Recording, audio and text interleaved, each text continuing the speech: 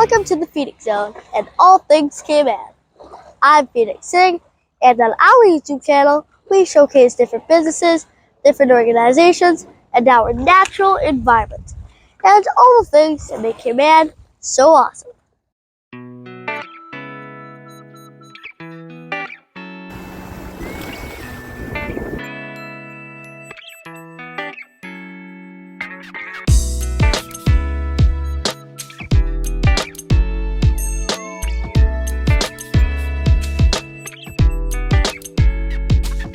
On today's episode of All Things Cayman, we'll be talking with the Department of Environment about one of our most well-known animals, rays, including a discussion with a chartering company about the world famous Stingray City. I'm very pleased to have on the Feeding Zone today Dr. Joanna Kohler from the Department of Environment. Before we get into our conversation about rays, can you tell me a little bit about yourself and your role at the Department of Environment? Yes. So first of all, thank you for having me. It's a pleasure to be here. I am Joanna Kohler. I am the Shark Project Officer at the Department of Environment, and as such, in my role, I am conducting shark research and also coordinate the outreach and the conservation work on island. So you're the one that puts all the information and lets everybody know what's going on about the rays, the sharks, the reef.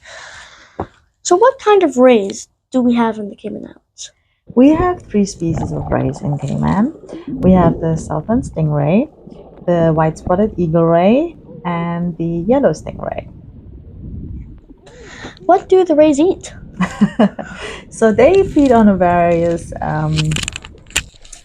prey items. So for example, the Southern Stingray eats on worms, shrimp, crabs, and little fish. The eagle ray is a little bit different. It's more on clams and sea urchin, oysters, and shrimp, depending on where they are. We don't have oysters here, obviously. And then the yellow stingray, it's a small ray. Have you seen it before? Very beautiful pattern, right? It's one of my favorites, actually. And that one is so not researched that we don't know much about them and their diet.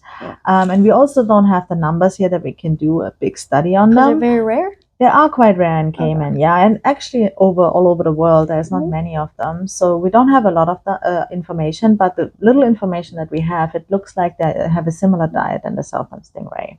So little worms, crustaceans, that kind of thing. What is the most common ray to see in the Cayman Islands? I would say the Southern Stingray, and then followed by the eagle ray, and then obviously the yellow stingray. So what is the most common place to see rays? Well, I guess it's Stingray City. It's definitely Stingray City where people go and encounter them, see them, interact with them. But actually, the Southern Stingrays are found on our reefs and in the Sound. So it's not just Stingray City where you can see them. If you want to see them while snorkeling and so forth, you can see them there too. The eagle rays, same thing. They're usually on the bottom, sandy bottom, close to reef. And they occur actually down to 100 meters, all of them, like pretty much between 60, 70 to 100 meters. And they do live on our reefs. So what are some Cayman laws that people should know, like not to hurt the stingrays and rays, other rays? Yeah, well, like sharks, rays are protected. They belong to the same family, elasmobranchs, and they are protected because of their socioeconomic and ecological benefits to our islands. Sharks and rays are related and fall under the same law. The protection measures are in our National Conservation Act. So under law, it is illegal to kill, harm, or harass any shark or ray in Cayman waters. In addition to that, we also have special handling guidelines, stingray handling guidelines, which are also in our law. You can find a full copy again on our website for download, and you can read up on that. But just to name a few rules, because obviously at Stingray City we have a special situation, let's say, because it is the wildlife interaction zone. So just within that zone, you are actually allowed to handle and touch the rays. You're not allowed to touch any wildlife and rays when you see them outside of that. So on the reef, when you snorkel, you're not allowed to touch them. Within the WIS, you are. But there are a few rules that to just make it safe for the rays, but also you. And for example, don't hurt the animal. That is an obvious one, but also don't touch any sensitive areas like the eyes, the gills, the mouths, the spiracles, the pelvic area. It would be also good if you used reef safe sunscreen, because obviously when you touch them, you put the sunscreen onto the shark skin, and that can irritate it and cause lesions and stuff like that. Don't take the rays out of the water. Don't bend any parts of them, such as the wings or the claspers. And also, don't do any back massages, they call them, where the ray comes like up onto your back. That is like essentially putting the ray out of the water, and they can't breathe that way because the gills are out of the water and they need to be submerged. So all of those things can hurt the rays, and that's why those laws people should know about to safely interact with our rays at Stingray City. So what harms the stingray population, and what can harm the stingray population? Right. So first of all, I would say at Stingray City it would be, for example, propeller strikes, because it is so shallow over there, and then the rays are right there. So propeller strikes, we had a few rays which are being getting injured by the props of a boat. Then we also have accidental catch. So when fishermen fish from the shore, for example, and accidentally catch a ray, sometimes if it's too late or if they're getting injured or something, then obviously they are dying at post-release sometimes, even if not on a line. Then we also have the entanglement in abandoned fishing gear, like I said earlier, for the sharks. The abandoned fishing gear just keeps on fishing even if it's not like attached to a fisherman anymore. And then we have the harassment or improper handling of the rays at the Stingray sandbar. That can obviously harm an animal. It can stress them out, it can injure them, it can cause these lesions, like I said earlier, with the sunscreen. So that can definitely impact it, and especially with the non-reef safe sunscreen. And also just like our skin in general, when we touch any wildlife and a rays, for example, we put our enzymes or bacteria that we have on our hands onto the rays, so that will definitely impact their health. And that's why you should make sure at least that you can, like what you can control, like the sunscreen, use like some that doesn't have any oxybenzone in it or plastic particles that then pollute the ocean. So mainly the humans and the boats. Yes, essentially. And I guess fishing a little bit. Yeah, okay. Yeah. Because sometimes a wire gets stuck in the gills and stuff. Exactly, yeah. So how does the DOE study the stingrays? So the DOE doesn't conduct systematic research on our rays. We use the BRAFs, the beta remote underwater video cameras, to study sharks and fish on the reef. And obviously we record the rays as well, and we analyze them. But that is from outside the WIS, like not the stingray population at the sandbar. DOE partners with the Guy Harvey Ocean Foundation to monitor the rays at the sandbar, and the stingray census is conducted twice a year. The Guy Harvey Ocean Foundation shares the data with us, and that's how we can then make management decisions. The most recent survey was this year in August, and it recorded about 106 rays at the WIS, Stingray City Sandbar. Is that a lot of rays, or is that like a little bit of rays? I mean, no, I would say that is a lot of rays, and also it was probably a little bit more because they are trying. It's over 2 to 3 days that we are doing the survey, and we are trying to catch all of the rays there, but there's always some that will be missed, so it's probably a little bit higher than that. And yes, it is quite a good number. Yeah. Okay. Thank you so much for taking your time to do the interview. Thank you for having me, Phoenix. We met with Captain Jason Hatch from Cayman Snorkel Co. to get a better understanding of Stingray City. We are very pleased to have on the Phoenix Zone today Captain Jason from Cayman Snorkel Co. We will be discussing about a very special place called Stingray City. Before we get into our topic about Stingray City, could you please tell us a little bit about yourself and your role at Cayman Snorkel Co? Well, we started Cayman Snorkel Co. 2015. We just do private charters, custom itineraries. We like to take people snorkeling, see the stingrays, fishing, anything you can do on the North Sound, basically.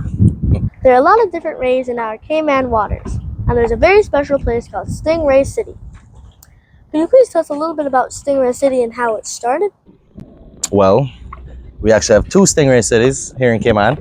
We have the original deep Stingray City, which isn't as active as it used to be. That was the first site, probably started in the 1960s. And what it is, it's just on the inside of the barrier reef, right next to the main channel that the fishermen from West Bay would use.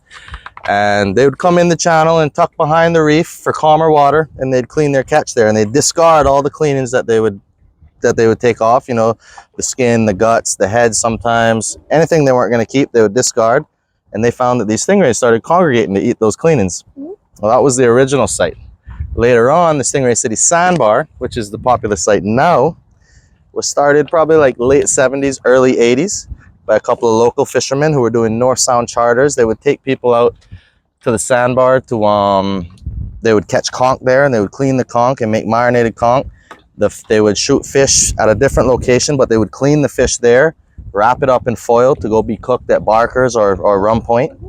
And they would discard the cleanings from those conch and those fish, and they'd let the tourists, you know, swim around there and collect sand dollars, which we can't really find there anymore.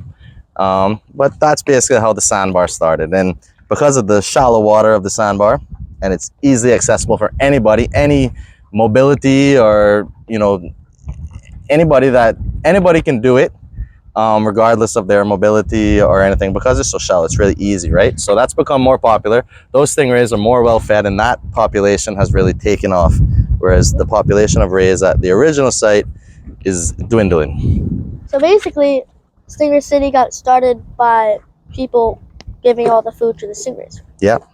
So a lot of visitors visit the Cayman Islands and Stingray City, and a lot of Caymanians here also visit Stingray City. Are the stingrays dangerous there? So the type of stingray that we have at the sandbar or at the deep Stingray City is the Southern Atlantic stingray. And as far as, there's many different species of stingrays, and as far as the stingrays go, the Southern Atlantic stingray is probably one of the most friendly and most docile species of stingray.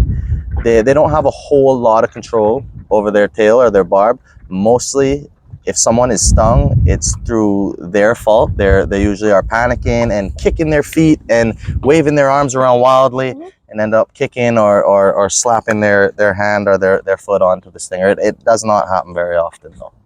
Is there any other way, or is there any tips that somebody should know other than, you know, stepping on the stingray? Yeah, just you know, you don't want to really be swimming around the sandbar. You want to stand up, allow them to touch your legs and your feet, and again, you know, the dangerous part is to just flail around, kick your feet or flail your arms around. Is the most dangerous thing you can do there. The best thing to do is just stay calm and kind of move, just stand still. Mainly just don't panic and don't just move their limbs all over the place. Yeah, you see what happens is sometimes the tourists will come and the stingray will touch their leg, and then that's it. They're just, you know, they just go crazy, and then that's the dangerous part, because even though the stingray is not going to intentionally sting you, they do have a sharp barb at the beginning of the tail, and especially on the younger ones, it's very sharp. So if you're just doing like this, you know what I mean, and you just hit your hand onto it, that's usually how it would happen there. Never that I've known of that a stingray has intentionally stung someone out of spite or something. Is it casual for people to get stung? No. So I've never in my life have I experienced anybody ever stung on any boat that I've ever been on. So we've heard stories, of course, but I've never seen it happen. If somebody sees a stingray in the wild, should they try to play with them? No, what you got to remember here in Cayman, it is illegal to touch any marine life outside of the WIZ zone. The WIZ zone is the wildlife interaction zone, and this is the only part of the island where it is legal to feed marine life and touch marine life. So anywhere else on the island, it is against the law. But if you were to encounter a stingray, say on 7 Mile Beach, they would probably not let you get anywhere close to them. They will just swim away from you before you could get close enough to touch. Thank you so much for taking the time to talk with me today. My pleasure, Phoenix. My pleasure. Thank you for joining the Phoenix Zone today. We hope you enjoyed our discussion about our various rays. Don't forget to like and subscribe.